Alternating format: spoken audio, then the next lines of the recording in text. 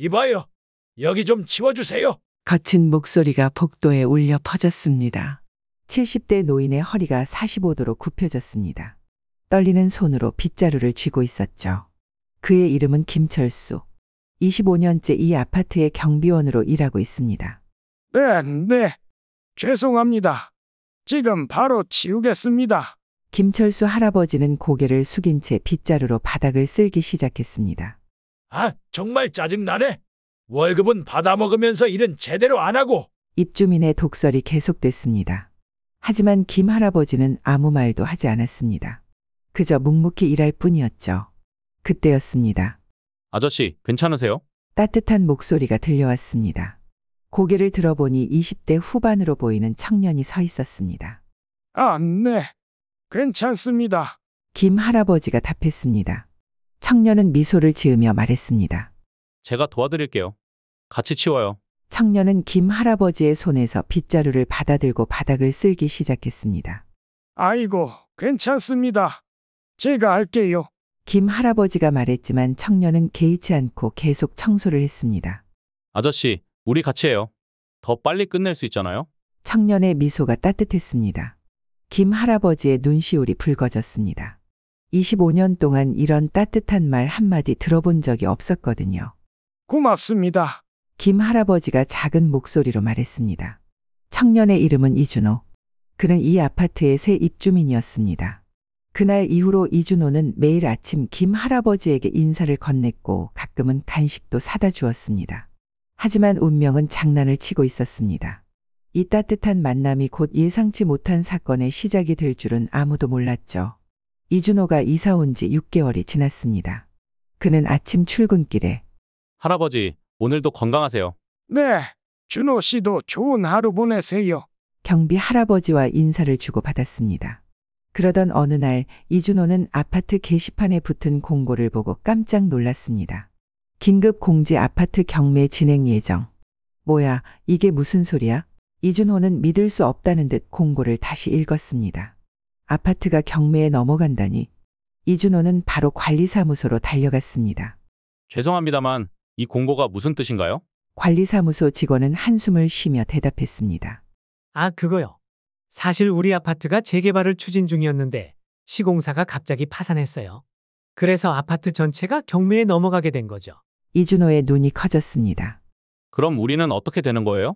관리사무소 직원은 고개를 저었습니다. 아직 정확히 결정된 건 없어요. 하지만 최악의 경우 모든 입주민이 이사를 가야 할 수도 있습니다. 이준호는 충격에 빠졌습니다. 겨우 6개월 전에 이사 왔는데 집값까지 날릴지도 몰라 불안했습니다. 그때 그의 머릿속에 김철수 할아버지가 떠올랐습니다. 그럼 경비원 할아버지는요? 할아버지도 나가셔야 하나요? 관리사무소 직원의 표정이 어두워졌습니다. 김철수 씨 말씀이시죠? 사실 그분이 제일 걱정이에요. 25년간 이 아파트에서 살고 일하셨거든요. 다른 곳에 가실 곳도 없고. 이준호의 가슴이 아파왔습니다. 그는 바로 경비실로 달려갔습니다. 할아버지, 들으셨어요? 김철수 할아버지는 고개를 끄덕였습니다. 그의 눈에는 슬픔이 가득했습니다. 네, 들었습니다. 어쩔 수 없죠. 하지만 할아버지, 어디로 가실 거예요? 김 할아버지는 잠시 침묵했다가 말했습니다. 사실 갈 곳이 없어요. 이준호는 할아버지의 말에 가슴이 찢어지는 것 같았습니다. 그날 밤 이준호는 잠을 이루지 못했습니다. 김 할아버지를 도울 방법을 찾고 싶었습니다. 하지만 어떻게 해야 할지 막막했죠. 다음 날 아침 이준호는 출근길에 우연히 아파트 주민 회의에 대한 공고를 보게 되었습니다. 긴급 주민 회의 아파트 경매 관련 대책 논의. 이준호는 즉시 회사에 연락해 휴가를 냈습니다. 이 회의에 꼭 참석해야 했거든요. 회의장은 이미 주민들로 가득 차 있었습니다. 모두들 불안한 표정이었죠. 회의가 시작되고 입주자 대표가 상황을 설명했습니다. 여러분, 아시다시피 우리 아파트가 경매에 넘어가게 되었습니다. 하지만 희소식이 있습니다. 한 대기업에서 우리 아파트를 인수하겠다고 나섰습니다. 주민들 사이에서 안도의 한숨이 새어나왔습니다. 다만 조건이 있습니다. 현재 거주 중인 주민들은 모두 이사를 나가야 하고 보상금을 받게 됩니다. 순간 회의장이 소란스러워졌습니다. 보상금은 얼마나 되나요? 이사 비용은 어떻게 되는 거죠? 질문이 쏟아졌습니다. 입주자 대표는 손을 들어 진정을 요구했습니다. 자세한 내용은 아직 협의 중입니다. 하지만 대략 시세의 120% 정도의 보상금을 받을 수 있을 것 같습니다. 주민들 사이에서 환호성이 터져 나왔습니다. 그때 이준호가 손을 들었습니다. 저기요, 그럼 경비원 할아버지는 어떻게 되나요? 순간 회의장이 조용해졌습니다. 입주자 대표는 잠시 머뭇거리다 대답했습니다. 김철수 씨 말씀이시죠? 그분은 직원이니까 퇴직금을 받고 나가셔야 할 것 같습니다. 이준호는 믿을 수 없다는 듯 물었습니다. 25년간 이 아파트를 위해 일하신 분인데 그게 전부인가요? 입주자 대표는 난처한 표정을 지었습니다. 그게 법적으로는 그렇습니다만 이준호는 자리에서 벌떡 일어났습니다. 잠깐만요. 할아버지는 우리 아파트의 일원이에요. 25년 동안 이곳이 집이었잖아요. 그분도 보상을 받아야 합니다. 회의장이 술렁거렸습니다. 몇몇 주민들이 고개를 끄덕이며 동의했지만 다른 이들은 불편한 기색을 보였습니다. 한 중년 남성이 목소리를 높였습니다. 젊은 친구, 당신 말도 일리는 있어요. 하지만 우리도 각자의 사정이 있답니다. 보상금을 나눠준다면 우리 몫이 줄어들 텐데. 이준호는 고개를 저었습니다. 그래도 이건 너무하잖아요. 우리가 조금씩만 양보하면. 그때 뒤쪽에서 누군가가 소리쳤습니다. 잠깐. 그 노인네 아들이 대기업 임원 아니었어? 순간 회의장이 조용해졌습니다. 이준호는 놀란 표정으로 주위를 둘러보았습니다. 무슨 말씀이세요? 입주자 대표가 목을 가다듬었습니다. 그게 사실입니다. 김철수 씨의 아들이 국내 굴지의 그룹사 임원으로 있습니다. 이준호는 믿을 수 없다는 듯 물었습니다. 그럼 왜 할아버지가 경비원으로 일하고 계실까요? 입주자 대표는 한숨을 쉬며 대답했습니다. 그건 야테노웨이치 김철수 씨의 개인적인 선택이겠지요. 아들이 여러 번 모시려 했지만 본인이 거절했다는 말이 있더라고요. 이준호는 혼란스러웠습니다. 왜 김 할아버지는 그런 선택을 한 걸까? 회의는 결국 아무런 결론 없이 끝났습니다. 하지만 이준호의 마음속에는 의문이 가득했습니다. 그는 곧장 경비실로 향했습니다. 할아버지, 죄송하지만 여쭤볼 게 있어요. 김철수 할아버지는 이준호를 보며 미소 지었습니다. 무엇이든 물어보게. 이준호는 잠시 망설이다 입을 열었습니다. 할아버지, 아들이 대기업 임원이라는 게 사실인가요? 김 할아버지의 표정이 순간 굳어졌습니다. 그는 깊은 한숨을 내쉬었습니다. 그래, 사실이야. 그런데 왜? 김 할아버지는 이준호의 말을 끊었습니다. 앉아봐. 긴 이야기가 될 것 같네. 이준호는 경비실 의자에 앉았습니다. 김 할아버지는 천천히 이야기를 시작했습니다. 내 아들 녀석은 어릴 때부터 똑똑했어. 공부도 잘하고 야무졌지. 그 녀석이 대학에 갈 때 나는 온 힘을 다해 뒷바라지를 했어요. 김 할아버지의 눈에 먼 추억이 어렸습니다. 졸업하고 대기업에 취직해서 승승장구했지. 어느새 임원 자리에 올랐더라고. 나도 원래는 자동차 부품 회사를 운영했어. 젊었을 때는 누구보다 열심히 살았지. 회사를 키우고 직원들에게 월급을 줄 때마다 뿌듯했어. 그러다 어느 날 외환위기가 터졌지. 이준호는 놀라서 김철수를 바라보았다. 대기업과 계약을 맺고 열심히 달렸지만 자금이 돌지 않았어. 결국 나는 모든 걸 잃고 말았지. 김철수는 한숨을 쉬었다. 그런데 그때 내 아들은 나를 외면했어. 아들은 내가 실패한 걸 보고 더 이상 내 인생에 끼어들지 말라고 했어. 그렇게 우리는 점점 멀어졌지. 이준호는 충격을 받은 듯 말을 잇지 못했다. 그럼 지금은 아드님과 연락도 안 하세요? 김철수는 고개를 저었다. 그런데 왜 할아버지를 모시지 않은 건가요? 김 할아버지는 쓴웃음을 지었습니다. 아들이 나중에야 잘못했다고 후회하며 여러 번 자기가 모시겠다고 제안했어. 하지만 내가 거절했어. 왜요? 김 할아버지는 잠시 침묵했다가 말을 이었습니다. 난 이곳이 좋아. 25년 동안 이 아파트와 주민들을 지켜왔어. 이게 내 인생이고 내 자존심이야. 이준호는 김 할아버지의 말에 깊은 감동을 받았습니다. 하지만 할아버지, 이제 아파트가 경매에 넘어가면 어떡하실 거예요? 김 할아버지는 고개를 숙였습니다. 그건 나도 모르겠어. 어떻게 해야 할지. 이준호는 왠지 밤새 잠을 이루지 못했다. 경비실에서 나눈 김철수와의 이야기가 계속해서 머릿속을 맴돌았다. 젊은 시절에는 성공한 사업가였지만 외환 위기로 인해 모든 걸 잃고 결국 아들과도 멀어졌다는 사실이 믿기지 않았다. 그리고 그토록 사랑했던 아파트마저 사라진다면 그는 어디로 가야 한단 말인가. 무언가 방법이 있을 거라고 생각하며 인터넷을 뒤졌지만 아파트 경매는 이미 확정된 사안이었다. 이곳에 머무를 방법은 없었다. 모든 주민들이 떠나야 했고 김철수 또한 예외는 아니었다. 다음 날 아침 이준호는 출근 준비를 하면서 경비실에 눈길이 갔다. 하지만 김철수의 모습이 보이지 않았다. 원래라면 아침 청소를 하거나 입주민들에게 인사를 건넸을 텐데 오늘따라 조용했다. 이상한 느낌이 들어 경비실로 향했다. 문을 두드려봤지만 인기척이 없었다. 문고리를 살짝 돌려보니 열려 있었다. 조심스럽게 안으로 들어서자 평소와 다름없는 작은 공간이 눈에 들어왔다. 책상 위에는 낯선 봉투가 놓여 있었다. 이준호는 천천히 봉투를 집어들었다. 봉투에는 이준호 씨에게라고 적혀 있었다. 불길한 예감이 들었다. 그는 숨을 고르고 조심스럽게 편지를 꺼냈다.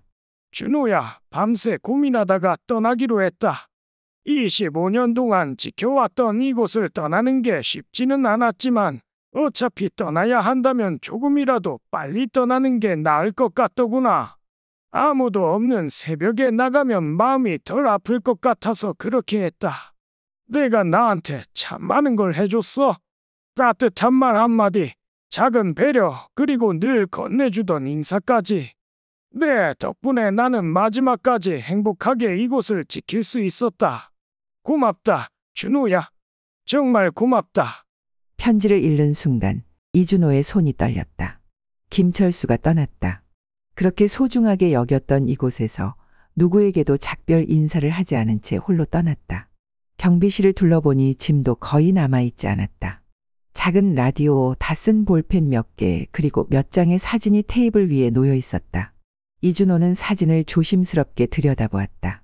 밝은 얼굴로 카메라를 바라보는 김철수. 그 순간 이준호는 결심했다. 김철수를 찾아야 한다. 어디에 계시든 반드시 찾아야 한다. 그는 곧장 관리사무소로 향했다. 김철수 경비원님이 어디로 가셨는지 아세요? 직원은 난감한 표정으로 아침에 출근했더니 이미 떠나고 없었습니다. 퇴직금은 찾아가셨고요. 행선지는 말씀 안 하셨어요. 이준호는 턱을 괴고 생각에 잠겼다. 김철수가 갈 곳이라면 어디일까?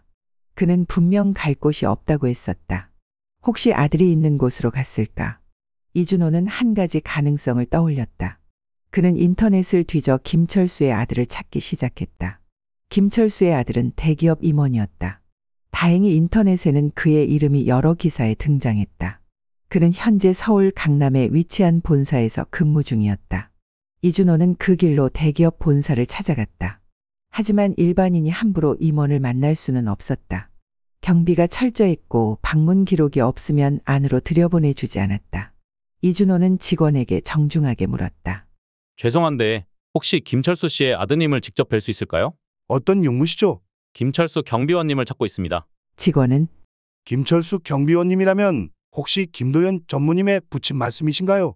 이준호는 깜짝 놀랐다. 네, 맞습니다. 혹시 어디 계신지 아시나요? 직원은 곤란하다는 듯 고개를 저었다. 죄송합니다. 저희도 개인적인 일은 알지 못합니다. 이준호는 허탈하게 본사를 나섰다. 아무리 생각해도 김철수가 갈 곳이 마땅치 않았다. 아들을 찾아가셨을까? 이준호는 다시 한번 인터넷을 뒤져 김철수의 과거를 조사하기 시작했다. 그러던 중 20여 년 전 신문 기사 하나를 발견했다. 자동차 부품 회사 신성기업 외환위기로 도산. 대표 김철수 씨 남은 빚을 혼자 떠안아. 기사를 천천히 읽어 내려가던 이준호는 충격에 휩싸였다. 김철수는 한때 수백 명의 직원을 둔 자동차 부품 회사의 대표였다. 하지만 외환위기의 여파로 대기업과의 계약이 끊어지고 자금이 돌지 않아 결국 파산했다. 김철수는 자신의 실패로 인해 아들의 인생까지 망칠까봐 직접 아들에게 이렇게 말했다고 했다. 이제 너는 내 인생을 살아라. 나 같은 사람은 잊어라. 그 뒤로 김철수는 스스로 아들과의 연을 끊고 더 이상 그를 찾지 않았다고 기사는 전하고 있었다. 이준호는 깊은 한숨을 쉬었다. 모든 게 이해되었다. 김철수는 실패한 자신의 모습을 아들에게 보이고 싶지 않았던 것이다. 그리고 그 선택이 결국 그들을 갈라놓았던 것이다. 이제 그는 어디로 가버린 걸까? 이준호는 김철수를 찾기 위해 발벗고 나섰다. 아파트를 떠난 지 며칠이 지나도록 그의 행방은 묘연했다. 관리사무소 직원들도, 함께 일하던 경비원들도, 심지어 근처 편의점 주인조차 어디로 갔는지 알지 못했다. 모든 짐을 챙겨 떠난 것도 아니었기에 멀리 갔을 거라고는 생각되지 않았다. 하지만 어디서도 김철수의 흔적을 찾을 수 없었다. 그는 김철수의 아들 김도연 전무를 다시 찾아보기로 했다. 인터넷에서 찾아낸 정보를 바탕으로 김도연이 살고 있는 아파트를 확인했다. 그곳은 서울에서도 손꼽히는 고급 아파트였다. 하지만 연락처도 없고 개인적인 사유로 찾아간다면 쉽게 만날 수도 없는 상황이었다. 이준호는 주저없이 김도연이 사는 아파트로 향했다. 경비실에서 방문 목적을 묻자 그는 솔직하게 답했다. 김도연 전무님을 만나러 왔습니다. 경비원은 어떤 용무로 왔느냐고 물었다. 김도연 전무님의 아버지이신 김철수 할아버지를 찾고 있습니다. 혹시 김 전무님께서 아버님을 모시고 계신 건 아닌가 해서요. 경비원은 한동안 뜸을 들이더니 결국 인터폰으로 김도연의 집에 전화를 걸었다. 하지만 곧 곤란한 표정으로 전화를 끊었다. 김 부장님께서 뵐 생각이 없다고 하시네요. 그리고 아버님과는 연락이 닿지 않는다고 합니다. 이준호는 당황했다. 그는 분명 김철수의 행방을 알고 있을 것 같았지만 만나지도 않고 선을 긋는 것이 이상했다. 그대로 돌아설 수는 없었다. 이준호는 아파트 입구 근처 벤치에 앉아 김도연이 나오길 기다렸다. 몇 시간이 지나고 해가 질 무렵이 되어서야 김도연이 차를 몰고 아파트를 나섰다. 이준호는 서둘러 차를 가로막으며 손을 흔들었다. 김도연은 차를 멈추고 창문을 내렸다. 예상치 못한 청년이 길을 막으니 짜증이 섞인 얼굴이었다. 무슨 일입니까? 김도연 전무님, 잠시만요.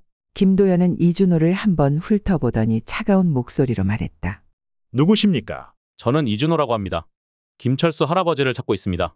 김도연의 표정이 굳어졌다. 아버지를요? 네. 혹시 최근에 연락이 오지 않았습니까?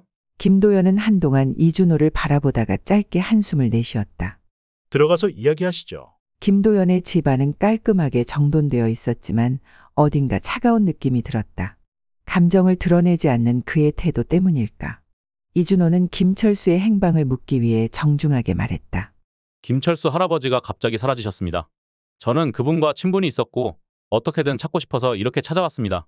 김도연은 표정을 굳힌 채 차가운 목소리로 말했다. 그렇다면 저한테 올 필요가 없었을 텐데요. 이준호는 순간 당황했다. 그게 무슨 말씀이십니까? 아버지는 절 찾지 않으십니다. 그분이 먼저 연락을 끊으셨고 제 도움을 거부하셨죠. 하지만 할아버지는 갈 곳이 없다고 하셨습니다. 혹시 그분이 연락하시면 꼭 저에게 알려주실 수 있을까요? 김도연은 잠시 망설였다. 그는 창밖을 바라보며 조용히 말했다. 아버지는 자존심이 강한 분입니다. 실패를 겪은 후 가족에게 의지하는 것보다 혼자 사는 걸 선택하셨죠. 그는 이준호를 다시 바라보며 말했다. 그분은 끝까지 혼자 계시려고 할 겁니다. 이준호는 김도연의 태도에 실망했지만 어쩌면 그도 아버지와의 관계에서 깊은 상처를 가지고 있을지도 모른다고 생각했다. 그는 김도연에게 마지막으로 말했다. 혹시라도 할아버지에게서 연락이 오시면 꼭 저에게 알려주세요. 김도연은 대답 없이 조용히 고개를 끄덕였다. 이준호는 다시 자신의 아파트로 돌아왔다. 경비실 앞에 서서 문을 바라보았다. 김철수는 어디로 갔을까? 그가 다시 이곳으로 돌아올 가능성은 있을까? 그렇지 않다면 어디에서 그를 찾아야 할까? 그는 가슴 한편이 묵직하게 내려앉았다. 그는 책상에 앉아 김철수가 마지막으로 남긴 수첩을 펼쳐보았다. 그리고 수첩 맨 마지막 페이지를 유심히 살폈다. 거기에는 작은 글씨로 적힌 단어가 있었다. 강원도. 옛 친구. 이준호는 눈을 크게 떴다. 김철수가 찾아간 곳이 어딘지 단서를 찾은 것만 같았다. 그는 곧바로 짐을 싸기 시작했다. 그리고 휴가를 내고 강원도로 향하는 첫 기차를 탔다. 기차가 출발하자 그는 창밖을 바라보며 김철수와 나눴던 대화들을 떠올렸다. 난 젊었을 때 강원도를 자주 갔었지. 서울이 답답할 때마다 그곳에서 마음을 정리하곤 했어. 할아버지, 그럼 지금도 가보고 싶으시겠네요? 글쎄, 이젠 그곳에서 날 반길 사람이 있을지 모르겠네. 이준호는 그때는 대수롭지 않게 들었던 말들이 이제는 큰 의미를 가지는 것 같았다. 김철수는 결국 자신이 가장 편안함을 느끼는 곳으로 떠났을 것이다. 강원도에 도착한 이준호는 터미널에서 내려 먼저 마을을 수소문하기 시작했다. 작은 국밥집에서 김철수의 사진을 보여주며 그를 본 적이 있는지 물었다. 하지만 다들 고개를 저을 뿐이었다. 낯선 분이긴 한데 어디선가 본 것 같기도 하고 잘 모르겠네요. 한 식당 주인은 그렇게 말하며 곰곰이 생각하는 듯했다. 이준호는 희망을 놓지 않았다. 그는 더 많은 사람들에게 김철수의 사진을 보여주며 그를 찾으러 다녔다. 그리고 마침내 한 노인이 그의 사진을 바라보며 말했다. 아, 이 사람! 얼마 전에 여기서 본 것 같은데! 이준호는 반가운 마음에 재빨리 물었다. 정말요? 어디서 보셨습니까? 노인은 손가락으로 마을 끝자락을 가리켰다. 저쪽에 있는 작은 다방에서 혼자 커피를 마시고 가더군. 꽤 오랜 시간 창밖을 바라보며 생각에 잠긴 모습이었어. 이준호는 서둘러 노인이 가리킨 다방으로 향했다. 낡은 간판이 걸린 작은 다방이었다. 안으로 들어가자 한 할머니가 카운터에서 신문을 보고 있었다. 어서 오세요. 안녕하세요. 혹시 이분을 본 적 있으세요? 이준호는 사진을 꺼내 보여주었다. 할머니는 사진을 한참 들여다보더니 고개를 끄덕였다. 이분이라면 며칠 전에 다방에 오셔서 커피를 드셨어요. 말수는 적었지만 뭔가 깊은 생각에 잠긴 듯했죠. 혹시 어디로 가셨는지 아세요? 잘 모르겠지만 떠나기 전 이런 말을 하더군요. 이준호는 숨을 죽이며 할머니의 말을 기다렸다. 오래전 친구를 만나러 간다고 했어요. 그 친구가 누구인지 혹시 말씀하셨나요? 그건 잘 모르겠어요. 하지만 예전에 이 근처에서 오래된 산장을 운영하는 친구가 있었다고 하더군요. 산장. 이준호는 새로운 단서를 얻었다. 김철수가 향한 곳은 오래된 산장이었다. 그는 다방을 나서자마자 마을 주민들에게 산장에 대해 물었다. 그리고 몇몇 사람들이 기억을 떠올리며 말했다. 산장이라면 저쪽 산길을 따라 한참 올라가면 나오는 작은 오두막집이 있어. 예전에 여행객들이 가끔 들르던 곳이었는데 지금은 거의 사람이 찾지 않지. 혹시 그곳에서 누군가 살고 있을 가능성이 있을까요? 아마 있을 거야. 산을 떠나지 않고 계속 지내는 사람이 있다고 들었거든. 이준호는 산장을 찾아가기 위해 마을을 벗어나 산길을 따라 걷기 시작했다. 한적한 길이었다. 나뭇잎이 바람에 흔들리며 부딪히는 소리 외에는 아무 소리도 들리지 않았다. 그렇게 1시간가량 걸었을까 나무들 사이로 작은 오두막이 보였다. 낡았지만 정돈된 느낌이 나는 집이었다. 이준호는 조심스럽게 다가가 문을 두드렸다. 안에서 인기척이 들리더니 이내 문이 열렸다. 그곳에는 백발이 성성한 노인이 서 있었다. 누구십니까? 이준호는 숨을 고르며 말했다. 혹시 김철수 할아버지를 아십니까? 노인은 이준호를 유심히 바라보더니 천천히 입을 열었다. 그 친구가 날 찾아왔었어? 그 말을 듣는 순간 이준호의 가슴이 두근거렸다. 김철수가 여기에 있었던 것이다. 네. 할아버지가 지금 계신가요? 노인은 조용히 고개를 저었다. 철수는 왔다가 떠났네. 이준호는 당황했다. 떠나셨다고요? 어디로 가셨습니까? 정확한 행선지는 모르겠지만 마지막으로 해야 할 일이 있다고 하더군. 마지막으로 해야 할 일. 이준호는 혼란스러웠다. 김철수가 찾고 있던 옛 친구는 바로 이 노인이었을 텐데 그를 만나고도 다시 떠난 이유가 무엇일까? 노인은 천천히 의자에 앉으며 말했다. 철수는 과거에 대해 많은 이야기를 했네. 사업이 실패했던 이야기, 그리고 자신이 얼마나 외로웠는지. 이준호는 조용히 노인의 말을 들었다. 그는 오랫동안 자신의 삶을 후회하며 살아왔어. 하지만 한 가지는 분명했지. 그는 끝까지 자신의 방식대로 살고 싶어 했어. 그리고 철수가 여기에 온 게 후회스럽지는 않다고 했지만 결국 이렇게 지낼 순 없다고 하더군. 그래서 떠났어. 마지막으로 그 친구가 그러더군. 내가 꼭 만나야 할 사람을 찾아가야겠어. 라고. 꼭 만나야 할 사람. 누구일까? 이준호는 다시 마을로 내려와 김철수가 머물렀던 흔적을 더 찾기 시작했다. 혹시라도 놓친 단서가 있을까 싶어 마을 주민들에게 다시 한번 김철수의 행적을 물어보았다. 아, 그분? 떠나기 전날 저녁 여기 시장통을 한 바퀴 돌다 가셨다우. 시장에서 장사를 하는 한 아주머니가 말했다. 시장요? 그래, 늦은 저녁에 혼자 돌아다니시더라고. 그러더니 국밥 한 그릇 시켜서 조용히 드시다가 갑자기 주인 아주머니한테 말을 걸더군. 무슨 말을요? 이곳에서 30년 전에 장사를 하던 사람들을 기억하십니까? 라고 했어. 이준호는 귀를 기울였다. 그 말을 듣고 주인 아주머니가 예전 이야기를 꺼냈지. 예전에 이 마을에도 많은 사람이 오갔는데 이제는 다들 떠나고 몇몇 사람들만 남아있다고. 그러고 나서요? 그분이 마지막으로 이렇게 말하더군. 혹시 여기에서 오래전 도시에서 온 사업가를 도와줬던 사람이 있었다면 알려주시겠습니까? 이준호는 순간 숨이 멎을 것 같았다. 김철수가 찾고 있던 사람은 누구일까? 이준호는 시장에서 다시 정보를 모았다. 그러던 중 한 할머니가 조용히 다가와 말을 걸었다. 젊은이, 혹시 김철수 씨라는 분을 찾고 있나? 네. 혹시 아세요? 할머니는 조용히 고개를 끄덕이며 말했다. 철수 씨가 여기 와서 나한테 물었지. 내가 예전에 어떤 사람을 도운 적이 있냐고. 그게 무슨 뜻인가요? 30년 전 일이네. 그때 우리 시장에 도시에서 온 사장님이 자주 찾아오곤 했어.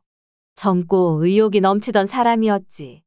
하지만 어느 날 사업이 크게 기울어서 돈이 없었지. 그 사람이 힘들어 보이기에 시장 사람 몇몇이 밥도 주고 작은 도움도 줬어. 그 사람이 혹시? 이준호는 가슴이 두근거렸다. 그 사람이 김철수 할아버지였던 건가요? 할머니는 한동안 생각하다가 조용히 고개를 끄덕였다. 맞아. 그때 철수 씨가 여기에 와서 참 힘들어했어. 사업이 무너지고 직원들에게 월급도 못 주고 빚쟁이들에게 쫓기고 그러다 우리 시장 사람들에게 신세를 많이 졌지. 이준호는 숨을 삼켰다. 그래서 김철수 할아버지가 다시 찾아오신 이유는? 아마도 마지막으로 자신을 도와줬던 사람들에게 감사 인사를 하려고 했던 게 아닐까. 이준호는 순간 울컥했다. 김철수는 단순히 과거를 회상하러 온 것이 아니었다. 그는 마지막으로 자신의 인생에서 진 빚을 갚고 싶었던 것이다. 그는 다시 할머니에게 물었다. 할머니, 혹시 할아버지가 떠난 방향을 보셨나요? 응, 그 사람이 떠나기 전에 그러더군. 이제 마지막으로 가야 할 곳이 하나 남았어라고. 어디로 간다고 하셨나요? 할머니는 한참을 생각하다가 말했다. 서울로 간다고 했어. 이준호는 깜짝 놀랐다. 서울이요? 왜요? 할머니는 조용히 웃으며 말했다. 글쎄, 나도 잘 모르지. 하지만 철수 씨는 떠나기 전에 이렇게 말했어. 오래전 한 사람에게 큰 상처를 줬지. 이제는 그걸 바로잡아야겠어. 라고. 김철수는 결국 서울로 돌아간 것이다. 마지막으로 가야 할 곳이 있다는 말은 아마도 아들 김도연을 만나기 위함이 아닐까. 이준호는 다시 서울로 향하는 기차를 탔다. 창밖을 바라보며 그는 생각했다. 정말 아들 김도연을 만나러 간 걸까? 하지만 김철수는 평생을 아들에게 기대지 않고 살아왔다. 몇 번이고 아들이 자신을 모시려고 했지만 그때마다 거절했던 사람이었다. 그런 김철수가 이제 와서 아들을 만나려 한다고. 그건 무슨 의미일까? 서울에 도착한 이준호는 곧바로 김도연을 찾아갔다. 김도연의 회사 앞에서 그는 몇 시간 동안 기다렸다. 지난번에 정식 면회를 요청했다가 거절당했으니 이번에는 직접 마주칠 때까지 기다리기로 했다. 그리고 마침내 저녁 무렵이 되자 고급 승용차 한 대가 건물 지하 주차장에서 나왔다. 운전석에 앉은 김도연이 차를 몰고 나오자 이준호는 망설임 없이 차 앞으로 뛰어들었다. 급하게 브레이크를 밟으며 차가 멈췄고 김도연이 창문을 내렸다. 대체 뭐 하는 겁니까? 숨을 헐떡이며 이준호가 외쳤다. 김철수 할아버지가 서울에 오셨습니다. 김도연의 얼굴이 굳었다. 뭐라고요? 할아버지가 강원도에서 떠나면서 마지막으로 가야 할 곳이 있다고 하셨습니다. 그리고 서울로 오셨다고 했어요. 김도연은 짧게 한숨을 내쉬며 핸들을 꽉 쥐었다. 그래서 아버지가 지금 어디에 계신데요? 그걸 모르겠습니다. 그래서 찾아야 합니다. 김도연은 이준호를 가만히 바라보았다. 그 눈빛에는 복잡한 감정이 서려 있었다. 탑승하세요. 김도연은 차를 몰고 서울 시내를 돌기 시작했다. 도대체 아버지가 어디에 계실 거라고 생각하는 겁니까? 이준호는 곰곰이 생각했다. 혹시 아버님과 추억이 많이 깃들인 곳이 있나요? 김도연은 피식 웃었다. 추억이요? 우리 사이에 그런 게 있기나 했을까요? 이준호는 김도연을 바라보며 조심스럽게 물었다. 어렸을 때 김 전무님과 할아버지가 자주 갔던 곳이 있지 않나요? 김도연은 잠시 침묵하다가 조용히 입을 열었다. 어릴 때 아버지가 나를 데리고 한강 둔치에 자주 갔습니다. 돗자리를 깔고 컵라면을 먹었던 기억이 나네요. 이준호는 즉시 대답했다. 그럼 거기로 가보죠. 김도연은 가볍게 한숨을 쉬었지만 결국 방향을 틀어 한강공원으로 향했다. 한강공원에 도착했을 때 두 사람은 조용히 주위를 둘러보았다. 잔디밭에는 돗자리를 펴고 피크닉을 즐기는 가족들, 조깅하는 사람들, 자전거를 타는 연인들이 있었다. 하지만 김철수의 모습은 보이지 않았다. 아버지가 여기 계실까요? 김도연은 확신이 없다는 듯 말했다. 이준호는 포기할 수 없었다. 그는 주변을 돌며 김철수의 흔적을 찾기 시작했다. 그리고 마침내 한 벤치에서 조용히 앉아 강을 바라보고 있는 익숙한 실루엣을 발견했다. 김철수였다. 그는 두 손을 무릎 위에 올려놓고 고요한 표정으로 물살을 바라보고 있었다. 이준호는 순간 말없이 그를 바라보았다. 김도연 역시 아버지를 보자 걸음을 멈췄다. 두 사람은 한동안 아무 말도 하지 않았다. 마치 시간이 멈춘 것 같았다. 김철수는 천천히 고개를 돌려 김도연과 눈을 마주쳤다. 그의 얼굴에는 놀라움과 동시에 미소가 번졌다. 왔구나. 김도연은 아무 말도 하지 않았다. 김철수는 부드럽게 말했다. 이제야 내 얼굴을 보게 되는구나. 김도연이 한 걸음 다가갔다. 왜 이제야 오셨습니까? 김철수는 잠시 눈을 감았다가 다시 떴다. 미안하다, 도연아. 난 늘 도망쳤다. 내가 실패한 순간부터 널 제대로 마주할 자신이 없었어. 김도연은 이를 악물었다. 도망쳤다고요? 그렇게 아버지가 원하시던 대로 저한테서 떠나셨잖아요. 김철수는 씁쓸하게 웃었다. 그땐 내가 나를 원하지 않는다고 생각했다. 김도연은 눈을 감았다가 깊은 숨을 내쉬었다. 아버지는 절 오해하셨어요. 전 아버지가 실패했다고 해서 부끄러워한 적 없습니다. 전 그냥 왜 그렇게 스스로를 버리려 하셨는지 이해할 수 없었어요. 김철수는 조용히 고개를 끄덕였다. 이제야 알겠다. 내가 그때 너무 어리석었다는 걸. 이준호는 두 사람의 대화를 조용히 지켜보았다. 김철수는 깊은 숨을 들이마셨다.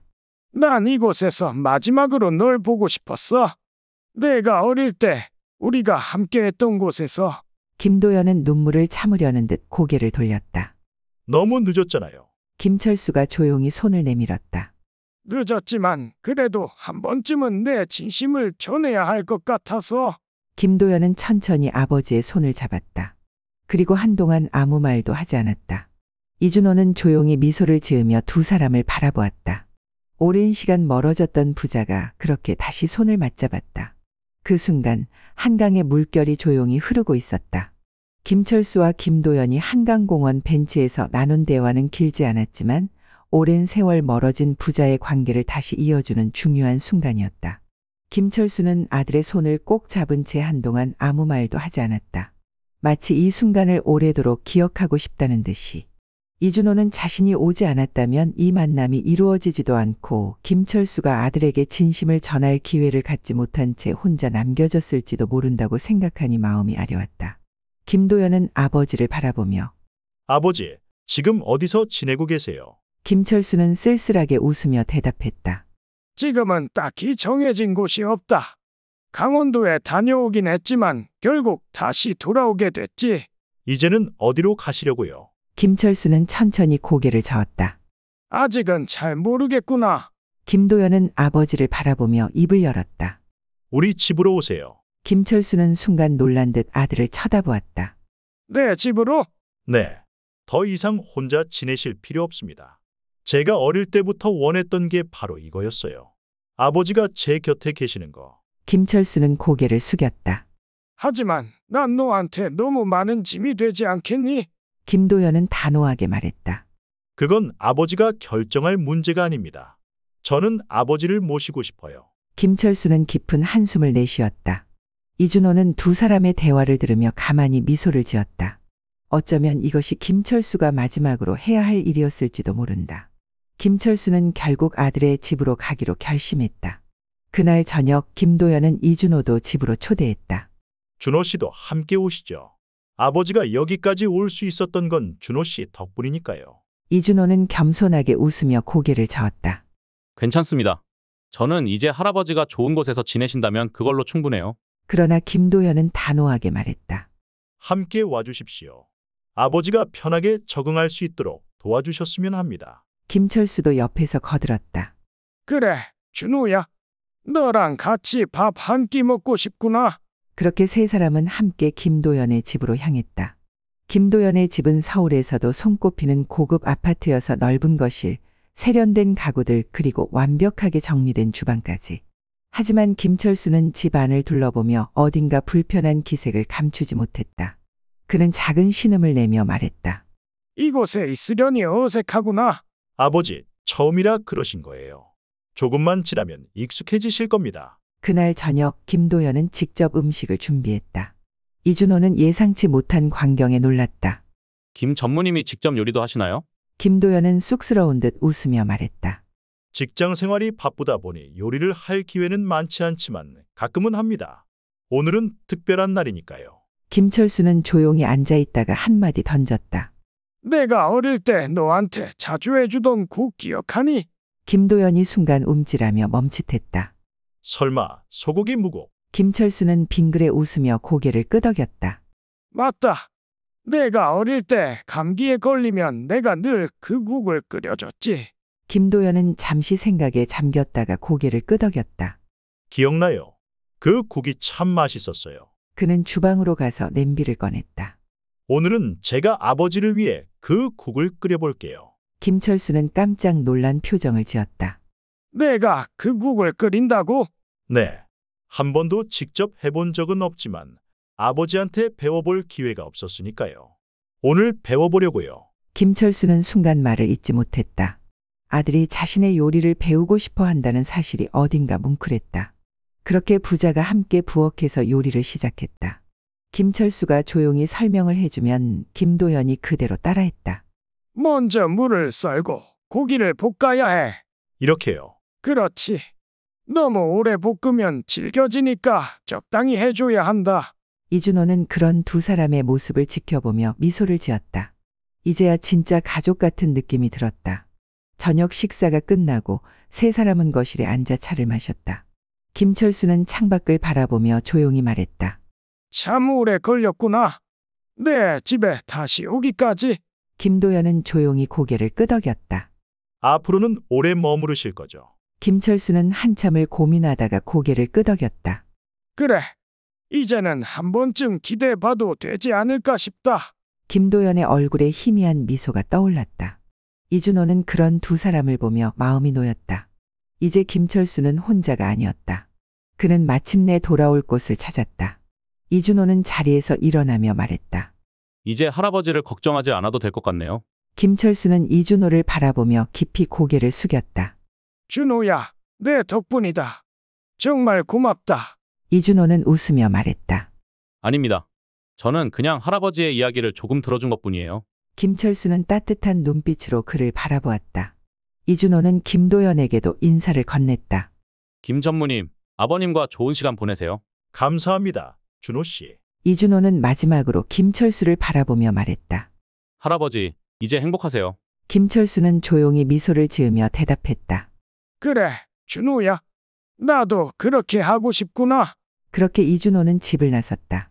차가운 밤 공기가 그의 볼을 스쳤지만 마음은 이상하리만큼 따뜻했다. 이준호는 김철수를 김도연의 집으로 모셔다 드린 후 한결 마음이 가벼워졌다. 처음에는 불편해하던 김철수도 아들과 조금씩 가까워지고 있었고 두 사람의 관계는 오랜 시간 떨어져 있었던 만큼 천천히 회복되고 있었다. 며칠이 지난 후 이준호는 김철수에게 안부 전화를 걸었다. 할아버지, 잘 지내고 계세요? 김철수는 반가운 목소리로 대답했다. 그래, 준호야. 덕분에 잘 지내고 있지. 김 전무님이랑은 좀 친해지셨어요? 김철수는 잠시 머뭇거리더니 쑥스러운 듯 웃으며 말했다. 아직은 어색하긴 한데 그래도 노력하고 있다. 도연이가 출근하기 전에 나한테 인사도 하고 퇴근하면 같이 밥도 먹자고 하더구나. 이준호는 기뻤다. 김철수가 다시 가족과 함께 지낼 수 있다는 것이 그에게 얼마나 큰 의미인지 알고 있었기 때문이다. 그럼 다행이네요.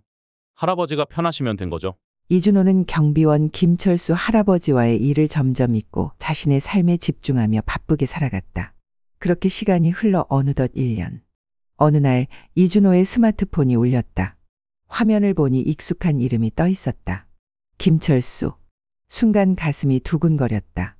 할아버지가 어떻게 지내시는지 궁금했지만 바쁘다는 핑계로 연락 한 번 제대로 드리지 못했다는 생각이 들었다. 통화를 받자 익숙하면서도 한층 더 활기찬 목소리가 들려왔다. 준호야, 오랜만이구나. 할아버지, 정말 오랜만이에요. 건강하시죠? 그럼 나 요즘 아주 잘 지내고 있다. 그런데 내가 좀 바쁜가 보구나. 연락 한 번 없고 말이야. 이준호는 멋쩍게 웃으며 말했다. 죄송해요, 할아버지. 저도 일 때문에 정신이 없었어요. 그런데 어떻게 지내세요? 목소리가 더 밝아지신 것 같은데요? 김철수는 호탕하게 웃으며 말했다. 그래. 요즘 나 아주 바쁘다. 너랑 한번 만나서 밥이나 먹고 싶어서 연락했지. 네? 밥이요? 그래. 내가 맛있는 거 한턱 쏠 테니 시간 한번 내라. 이준호는 반가운 마음에 흔쾌히 약속을 잡았다. 좋아요, 할아버지. 언제가 좋으세요? 내일 저녁 어때? 강남에 괜찮은 식당 하나 예약해놨다. 이준호는 순간 깜짝 놀랐다. 강남이요? 할아버지가 강남에서 식사를 사신다고요? 김철수는 웃으며 말했다. 그래, 올 때 빈속으로 와라. 맛있는 거 많이 시켜야 하니까. 이준호는 어리둥절한 마음으로 전화를 끊었다. 강남의 고급 레스토랑에서 김철수와 저녁을 먹는다니 무슨 일이 벌어진 걸까? 다음 날 저녁 이준호는 약속 장소로 향했다. 레스토랑은 고급스러웠고 입구에는 정장을 차려입은 직원들이 손님들을 안내하고 있었다. 정말 할아버지가 여기서 밥을 사신다고? 그렇게 생각하며 식당 안으로 들어서자 구석자리에 앉아있는 익숙한 얼굴이 보였다. 그런데 김철수의 모습이 예전과는 완전히 달랐다. 단정한 정장 차림에 구두까지 반짝반짝 윤이 나 있었다. 이준호는 순간 말을 잃었다. 할아버지. 김철수는 활짝 웃으며 자리에서 일어나 이준호를 반겼다. 왔구나, 준호야. 앉아라. 이준호는 얼떨떨한 마음으로 자리에 앉았다. 할아버지, 무슨 일이세요? 이 분위기는? 김철수는 와인을 한 잔 따르며 빙긋 웃었다. 그래, 내가 궁금해할 줄 알았다. 내가 요즘 어떤 삶을 살고 있는지 이제 좀 이야기해 줄까 한다. 이준호는 와인을 든 김철수를 바라보며 궁금한 눈빛을 보냈다. 지금 잘 지내시는 거죠? 김철수는 천천히 이야기를 시작했다. 내가 예전에 자동차 부품 회사를 운영했었다는 건 알고 있지? 네, 그렇죠. IMF 때 부도가 나면서 망했다고 하셨잖아요. 김철수는 고개를 끄덕이며 이어갔다. 맞다. 하지만 내가 사업을 하던 시절 그래도 미래를 생각해서 작은 땅 하나를 사둔 게 있었어. 그게 바로 강남 근처의 외곽 지역이었지. 이준호는 놀란 눈으로 김철수를 바라보았다. 강남 외곽의 땅이요? 그래. 그때는 그냥 조용한 동네였지만 요즘은 어때? 개발이 한창이지 않냐? 이준호는 순간 숨이 멎을 것 같았다. 강남 외곽의 땅?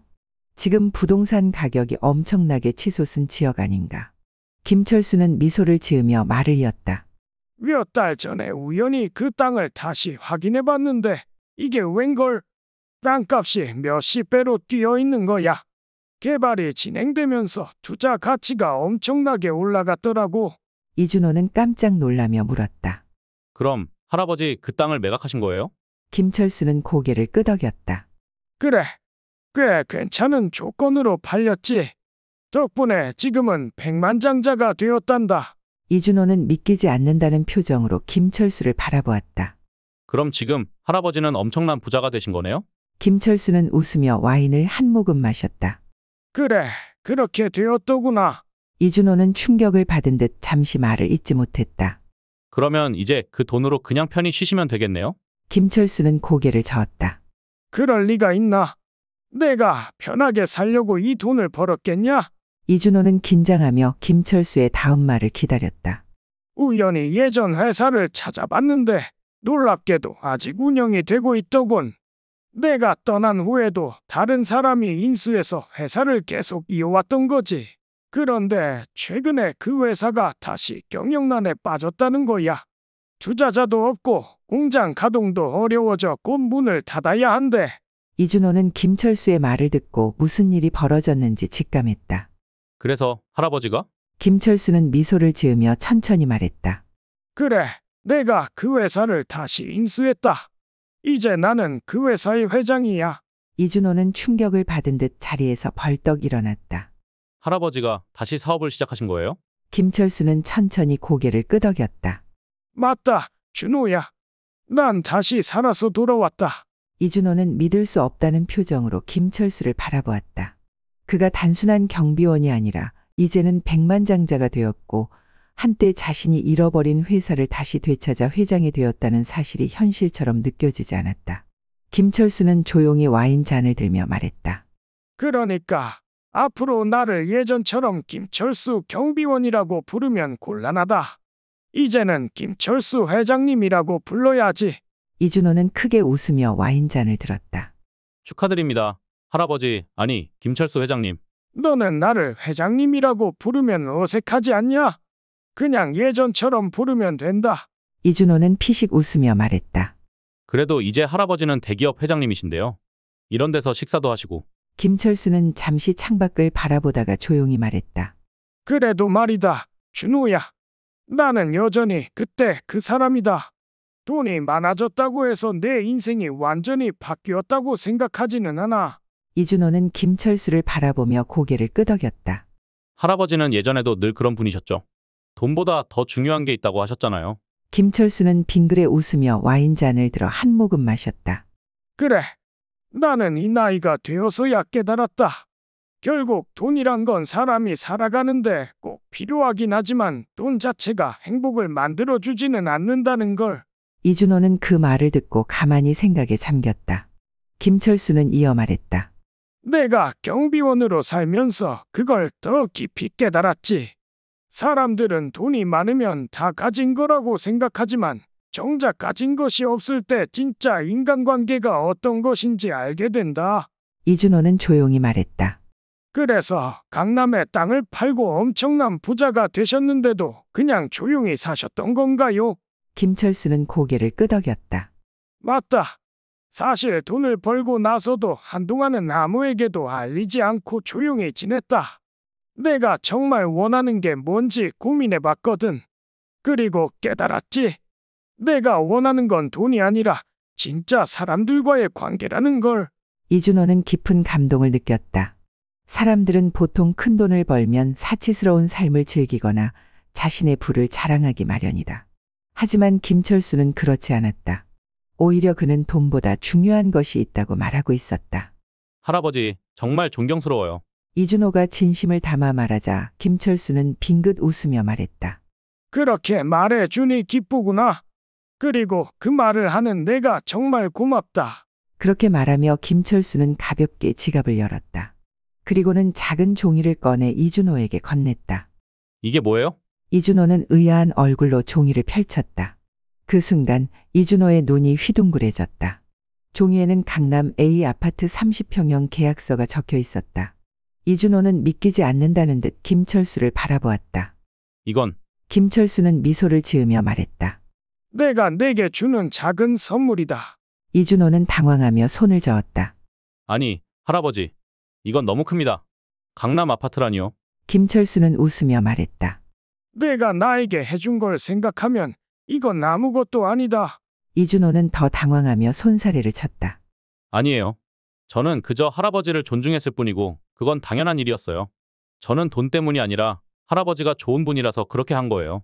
김철수는 흐뭇한 표정으로 이준호를 바라보았다. 그래서 내가 참 좋은 사람이란다, 준호야. 이준호는 단호하게 말했다. 할아버지의 우정이 더 소중해요. 저는 이 선물 받을 수 없어요. 이준호가 강하게 반발하며 계약서를 돌려주자 김철수는 한참 동안 이준호를 바라보더니 결국 그 계약서를 다시 지갑 속에 넣으며 말했다. 그래도 난 내게 뭔가 보답하고 싶다. 너 덕분에 난 다시 세상에 나올 용기를 얻었으니까. 이준호는 머리를 극적이며 말했다. 그렇다면 제게 밥을 한 번 더 사주세요. 그걸로 충분해요. 김철수는 크게 웃었다. 그거라면 얼마든지. 그는 와인잔을 내려놓으며 다시 이준호를 바라보았다. 그런데 준호야, 내가 정말로 원하는 게 뭔지 알고 싶구나. 이준호는 잠시 고민하다가 말했다. 저는 그냥 지금처럼 제 자리에서 열심히 살면 된다고 생각해요. 김철수는 잠시 생각에 잠기더니 문득 미소를 지으며 말했다. 그럼 좋다.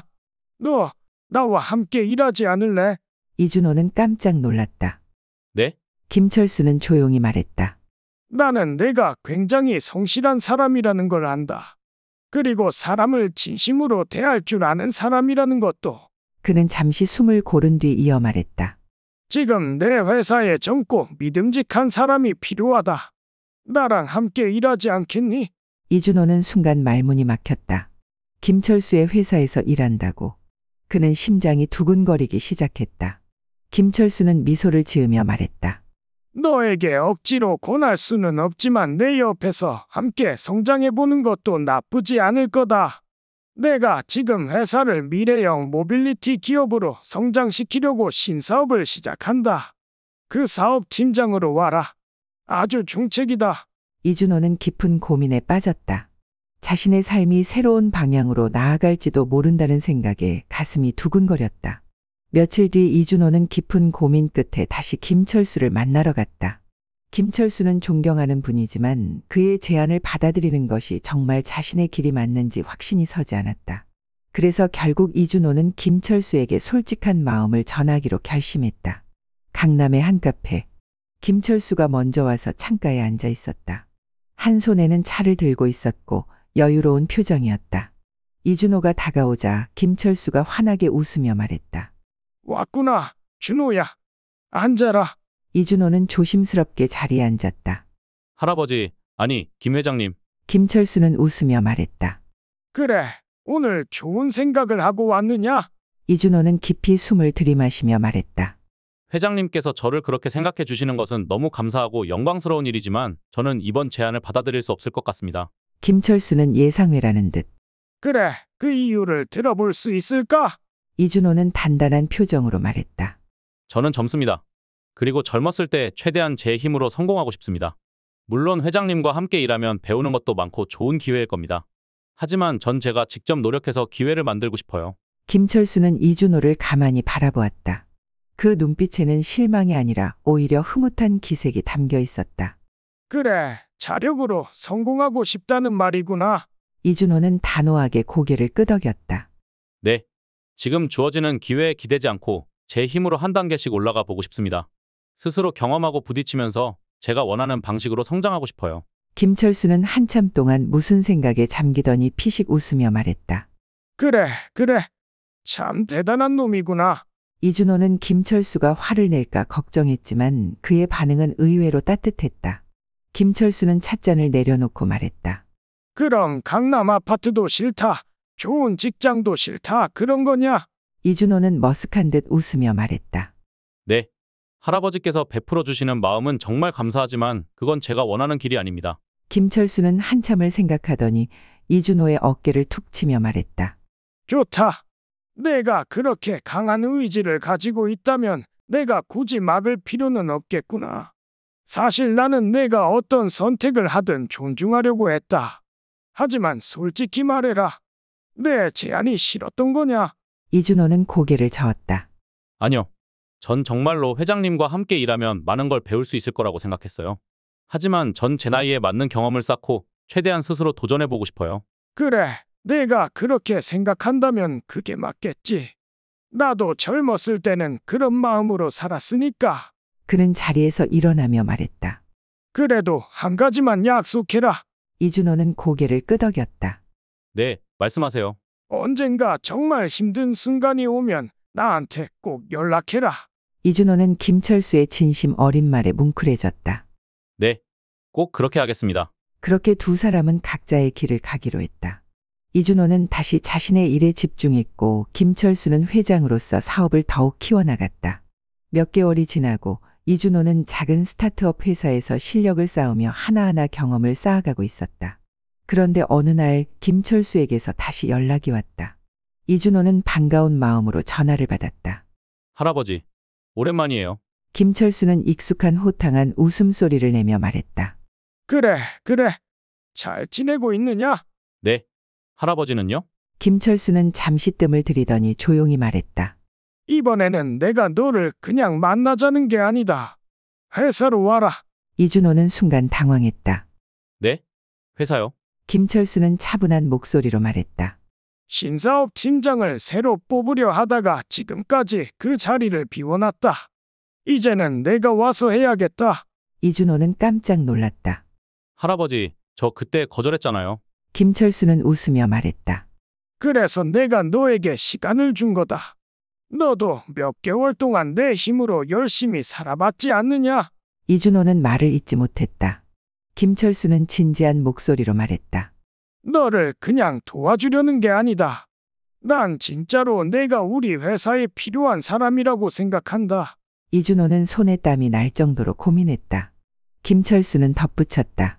자, 시간을 좀 줄 테니 모든 일을 정리하고 다음 달부터 회사로 출근하면 된다. 이준호는 입술을 깨물었다. 이제는 정말 선택을 해야 했다. 몇 달 전에는 거절했지만 지금은 더 확실히 결정을 해야 할 것 같았다. 이건 단순한 보온이 아니다. 진짜 내 능력을 인정해서 주는 기회다. 이준호는 깊이 숨을 들이마셨다. 그리고 결심을 굳혔다. 한 달 후 김철수의 회사. 이준호는 긴장된 마음으로 회사에 들어섰다. 정문 앞에서부터 규모의 차이가 느껴졌다. 작은 스타트업 사무실과는 비교도 안 되는 웅장한 빌딩. 대기업의 위험이 느껴졌다. 입구에서 안내 직원이 정중히 인사했다. 이준호 신사업 팀장님이시죠? 회장님께서 기다리고 계십니다. 아, 네. 감사합니다. 그가 안내받은 곳은 최고층 회장실이었다. 문을 두드리자 익숙한 목소리가 들려왔다. 들어오세요. 문이 열리자 김철수가 창가에 서 있었다. 멀리 서울 전경이 보이는 넓은 공간에서 그는 손을 뒤로 하고 도시를 내려다보고 있었다. 왔구나. 이준호는 한 걸음 나아가며 말했다. 회장님, 열심히 하겠습니다. 잘 부탁드립니다.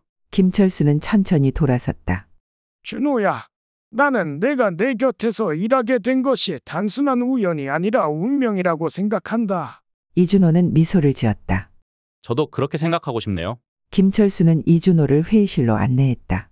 회의실에는 이미 몇 명의 핵심 간부들이 자리 잡고 있었다. 이제부터 우리가 함께 할 프로젝트를 설명해 주마. 김철수는 단도직입적으로 말했다. 우리는 기존의 자동차 부품 제조업체에서 벗어나 미래 모빌리티 시장으로 진입할 것이다. 현재 전기차 시장은 급속도로 성장하고 있지만 우리는 단순히 부품 공급업체가 아니라 자율주행 특화 모빌리티 플랫폼을 만들 생각이다. 이준호는 눈을 빛냈다. 구체적으로 어떤 플랫폼인가요? 김철수는 미소를 지으며 말했다. 너라면 이해할 거라 생각했다. 그는 버튼을 누르자 화면에 새로운 모빌리티 시스템 개념도가 나타났다. 우리는 단순히 자동차를 만드는 것이 아니다. 도시를 바꿀 것이다. 이준호는 그 순간 자신이 단순한 팀장 자리를 얻은 것이 아니라 완전히 새로운 세상의 문 앞에 서 있다는 것을 깨달았다. 김철수는 마지막으로 덧붙였다. 이 프로젝트는 쉽지 않을 것이다. 하지만 내가 함께 한다면 우리는 해낼 수 있다. 이준호는 깊이 숨을 들이마셨다. 그리고 결심했다. 좋습니다. 함께 만들어 보겠습니다. 그렇게 새로운 도전이 시작되었다. 이준호는 자신의 책상 위에 놓인 수많은 문서들을 바라보았다. 김철수 회장이 제안한 자율주행 모빌리티 프로젝트는 단순한 자동차 사업이 아니었다. 우리는 도시를 바꾸는 것이다. 김철수의 말이 떠올랐다. 하지만 현실은 냉혹했다. 지금까지의 과정이 전쟁이었다. 경쟁사의 방해 공작, 핵심 인재들의 이탈, 투자자들의 회의적인 시선. 그래서 신사업팀이 계속해서 흔들리고 있었다. 그리고 이제 프로젝트의 성패를 가를 결정적 순간이 다가오고 있었다. 팀장님, 상황이 좋지 않습니다. 신사업팀의 재무 담당자가 조심스럽게 말을 꺼냈다. 현재 확보된 투자금으로는 프로젝트를 완성하기 어렵습니다. 자율주행 모빌리티 플랫폼 개발이 예상보다 비용이 많이 들고 기존 투자자들이 더 이상 추가 자금을 투입하지 않겠다는 입장입니다. 그래서 이준호가 이 사업을 성공시키기 위해서는 대규모 투자가 필요했던 것이다. 김철수도 이 상황을 이미 알고 있었다. 그는 조용히 이준호에게 말했었다. 준호야, 이제 우리에게 남은 카드는 하나뿐이다. 이준호는 김철수를 바라보았다. 무슨 카드 말씀이십니까? 김철수는 미소를 지으며 말했다. 사람이다. 이준호는 순간 머리가 띵해졌다. 사람? 김철수는 천천히 이어갔다. 지금까지 우리는 수많은 투자자들을 만났다. 하지만 그들은 숫자만 본다. 돈이 얼마나 들어가고 얼마나 빨리 회수할 수 있는지 그것만 따진다. 그러나 우리의 프로젝트는 단순한 숫자가 아니다. 김철수는 자리에서 일어나 창밖을 바라보았다. 도시를 바꾸려면 사람들을 움직여야 한다. 이번에는 우리가 투자자를 찾아가는 것이 아니라 투자자가 우리를 찾아오게 만들어야 한다. 그리고 김철수는 그것을 실행에 옮기고 있었다. 그는 이 프로젝트를 단순한 사업이 아니라 인간의 삶을 바꾸는 비전이며 사람 중심의 교통혁명을 만드는 것이라며 도시가 더 안전하고 더 효율적이며 더 따뜻한 공간이 되어야 한다고 SNS, 유튜브, TED 강연 등을 통해 이 같은 비전을 직접 전파하기 시작했다. 그것이 화제가 되어 전 세계 수많은 사람들이 그의 비전에 동의하기 시작했다. 유명 경제지들은 그를 테슬라 이후 가장 혁신적인 기업가라고 소개했다. 김철수는 전통적인 방식의 투자가 아니라 사람들의 신뢰를 자본으로 삼았다. 그 결과 기존 투자자들은 다시 관심을 보이기 시작했다. 하지만 이것만으로는 부족했다. 마지막 한 방이 필요했다. 최대 투자자들이 모인 자리. 이준호는 심장이 터질 것 같았다. 김철수와 함께 마지막 승부를 걸기 위해 세계적인 투자 그룹들과의 프레젠테이션을 준비했다. 수십억 달러의 투자가 걸린 자리였다. 이준호는 프레젠테이션을 시작했다. 우리는 단순히 자동차를 만드는 것이 아닙니다. 우리는 사람을 위한 도시를 만들 것입니다. 이준호는 이 사업이 단순한 수익률 계산이 아니라 사람의 삶을 얼마나 바꿀 수 있는가를 강조했다. 그리고 마지막에 김철수가 직접 말했다. 나는 한때 모든 것을 잃었습니다. 사업이 망하고 아들마저 떠났고 나는 경비원으로 25년을 살았습니다. 하지만 그 시간 동안 나는 진짜 중요한 것을 배웠습니다. 그것은 돈이 아니라 사람이다라는 것입니다. 나는 사람들에게 존중받는 것이 무엇인지, 어떻게 함께 살아가야 하는지를 깨달았습니다. 그 가치를 이제는 사업에 적용할 때입니다. 우리는 사람과 함께 성장하는 기업을 만들 것입니다. 그 순간 회의장이 조용해졌다. 그리고 이내 투자자들의 손이 하나둘씩 올라갔다. 우리도 참여하겠습니다. 이 비전은 충분히 실현 가능하다고 생각합니다. 김 회장님과 함께하고 싶습니다. 그날 김철수의 프로젝트는 단숨에 5조 원 규모의 글로벌 투자를 이끌어냈다. 이준호는 그 순간 깨달았다. 김철수가 말했던 그 한마디가 세상을 바꾼다는 것을. 돈이 아니라 사람이다. 이제 모든 것이 시작되고 있었다. 서울 곳곳에 HUMAN MOBILITY라는 글자가 적힌 광고판이 걸리기 시작했다. 어느새 사람들은 그것이 단순한 회사 이름이 아니라 새로운 시대를 상징하는 단어라는 것을 알게 되었다. 그리고 오늘 그 모든 것을 증명하는 날이었다. 세계 최초로 완전 자율주행 모빌리티 시스템이 공개되는 HUMAN MOBILITY 글로벌 컨퍼런스가 열리는 날이었다. 컨퍼런스는 서울 코엑스 대형 행사장에서 열렸다. 그곳에는 전 세계에서 모인 5,000명의 관객, 각국 정부 관계자, 글로벌 투자자들, 미래를 기대하는 젊은 창업가들이 가득 차 있었다. 그리고 온라인으로 생중계되는 이 장면을 전 세계 5억 명이 지켜보고 있었다. 이제 모든 것이 이 무대에서 결정된다. 김철수 회장이 무대에 올랐다. 그가 등장하자 행사장은 조용해졌다. 그는 마이크를 잡고 천천히 관객들을 바라보았다. 그리고 입을 열었다. 여러분, 우리는 지금 새로운 시대의 문 앞에 서 있습니다. 그리고 말했다. 나는 한때 모든 것을 잃었습니다. 그리고 경비원으로 일하며 깨달았습니다. 내가 세상을 바꾸고 싶다면 가장 먼저 바뀌어야 하는 것은 사람을 대하는 태도라는 것을. 우리는 이제 새로운 시대를 엽니다. 그 순간 거대한 스크린이 열렸다. 그리고 사람들은 숨을 삼켰다. 거대한 스크린에는 도심 한복판에 서 있는 완전 자율주행 모빌리티가 보였다. 핸들이 없었다. 운전자가 없었다. 그리고 무엇보다 그 안에는 다양한 사람들이 탑승해 있었다. 이것이 우리가 만든 새로운 이동의 방식입니다. 김철수는 발표를 마치며 마지막으로 말했다. 사람과 도시가 함께 숨쉬는 미래. 그것이 우리가 만든 세상입니다. 그 순간 전 세계에서 모인 기자들의 카메라 셔터가 터졌다. 모두가 주목하는 가운데 세계 최초의 완전 자율주행 모빌리티가 도심을 가로질러 움직이기 시작했다. 컨퍼런스가 대성황 속에 끝난 후 이준호는 행사장 옥상에서 도시를 바라보았다. 김철수가 조용히 다가왔다. 어떠냐? 이준호는 빙긋 웃으며 말했다. 솔직히 아직도 실감이 나지 않습니다. 김철수는 옆에서 조용히 말했다. 나는 내가 이곳에 오길 잘했다고 생각한다. 이준호는 김철수를 바라보았다. 할아버지는 처음부터 다 알고 계셨나요? 제가 결국 여기로 올 거라는 걸? 김철수는 미소를 지으며 말했다. 아니, 단지 내가 어떤 길을 가든 사람을 소중히 하는 마음만큼은 잊지 않길 바랐을 뿐이다. 이준호는 그 순간 깨달았다. 김철수가 이룬 혁신은 단순한 기술 개발이 아니고 사람을 향한 따뜻한 태도를 가지는 것이고 그것이 결국 세상을 움직였다고. 3개월 후 뉴욕 타임스퀘어. 거대한 전광판에 새로운 광고가 떴다. HUMAN MOBILITY 자율주행의 새로운 기준. 도시 곳곳을 자유롭게 움직이는 새로운 모빌리티의 모습이 전 세계에 공개되었다. 다시 서울의 밤. 김철수와 이준호는 조용히 도심을 걷고 있었다. 이제 우리는 뭘 해야 할까요? 이준호의 질문에 김철수는 하늘을 보며 조용히 말했다. 새로운 세상을 향해 사람을 위한 일을 계속하면 된다. 김철수 할아버지의 이야기는 이것으로 끝입니다. 오늘 이야기 어떠셨나요? 이 이야기를 듣고 어떻게 생각하시는지 어머님, 아버님의 생각을 댓글로 공유해 주세요.